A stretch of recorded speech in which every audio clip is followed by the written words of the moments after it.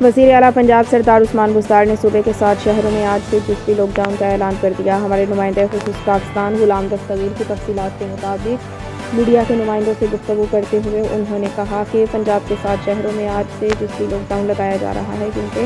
جزوی lock down والے شہروں میں کورونا کیسز 12% سے زیادہ ہیں اور ہسپتالوں میں آکسیجن کی طلب 7% بڑھ گئی ہے۔